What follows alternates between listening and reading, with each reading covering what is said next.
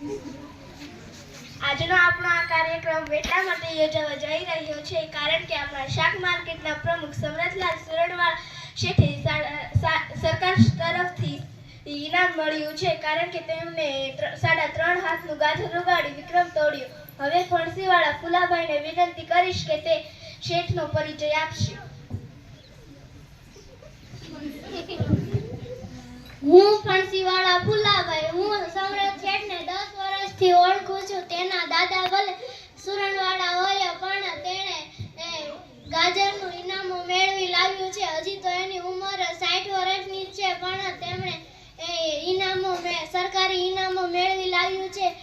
તો હવે મારી ભગવાનને એટલી જ પ્રાર્થના કે તે હવે મૂળાની હરીફાઈમાં ઇનામો જીતી લાવે અને તેના 100 વર્ષ ભગવાન પૂરા કરે એવી જ પ્રાર્થના.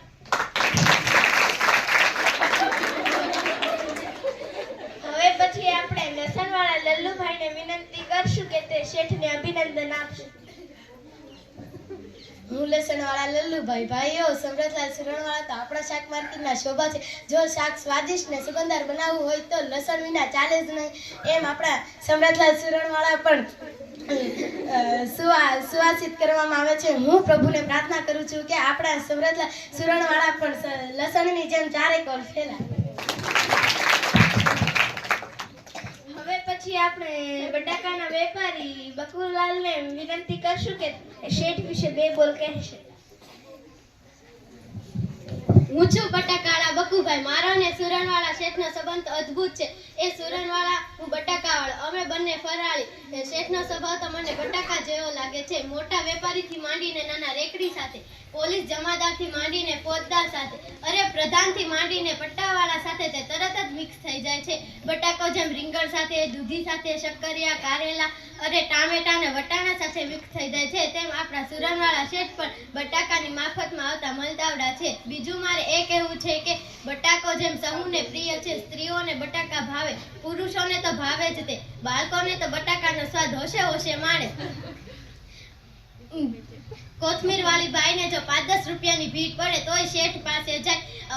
માર્કેટમાં જો ઝાડુવાળાને લગ્ન માટે લોન જોતી હોય તો સુરણવાળા ત્યારે જ હોય. આ વખતે તો તેમણે ગાજરની હરીફાઈમાં ઇનામ જીતી લાવ્યું છે. હવે હું સુરણવાળાને અપીલ કરું છું કે તે હવે 2 મણનો મોટો બટાકા ઉગાડીને ધરખમ ઇનામ જીતી લાવે.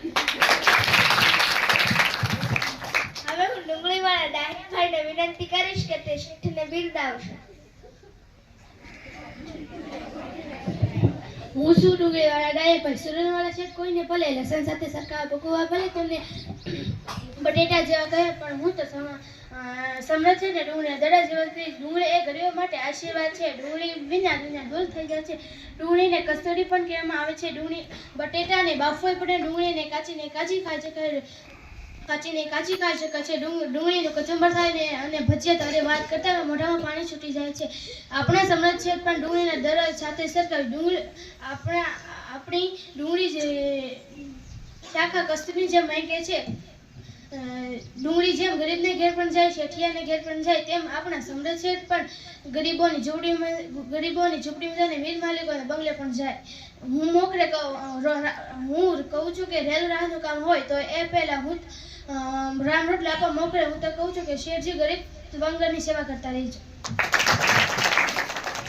ડાહિયાભાઈએ તો શેઠના સારા વખાણ કર્યા. ત્યાર પછી આપણે કોથમીરવાળા કળશીભાઈને વિનંતી કરશું કે તે શેઠ વિશે 2 બોલ કહેશે.